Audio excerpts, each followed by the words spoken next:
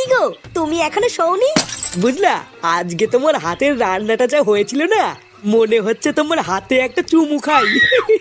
ইস, মেয়ের সামনে তুমি যে কি সব বলো না। নাও নাও, শুয়ে পড়ো, অনেক রাত হয়েছে তো। হ্যাঁ, শুয়েই পড়বো, আজকে বিশাল ঘুমও পাচ্ছে। ও বাবা, চোদনা মানে কি গো? এই কি কি কি কি বললি তুই?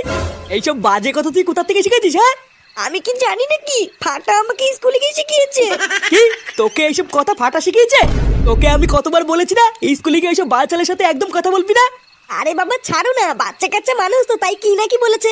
ফাটা বাচ্চা নাকি? ও একটা না পাকা শান্তির ছেলে। লেওরা নিজের মতন আমার মেয়েটাকে উল্টো পাল্টা শিখাচ্ছে। দাঁড়াও, ওই চুদির ভাইকে দেখাচ্ছি মজা।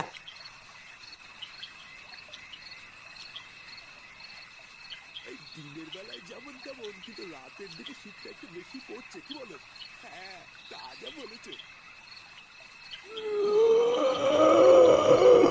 কি হলো কাকা, থেমে গেলে যে? কেমন যেন একটা আজব শব্দ আসছে না? শব্দ কই? ও মনের ভুলে কি নাকি শুনেছো। চলো চলো। আর না রে হরি, একটু ভালো করে কান পেতে শোন। আমি কেমন যেন একটা শব্দ পাচ্ছি। ও তোমার বুড়ো বয়সে বিমৃতি হয়েছে কাকা, আর এই শীতের মধ্যে দাঁড়িও না। চলো চলো।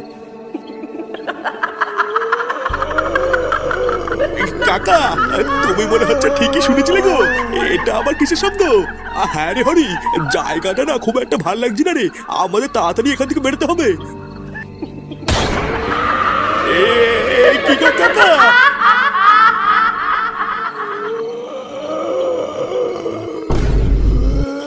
হরি, এই হরি, হরি আমাকে ছেড়ে যাস না।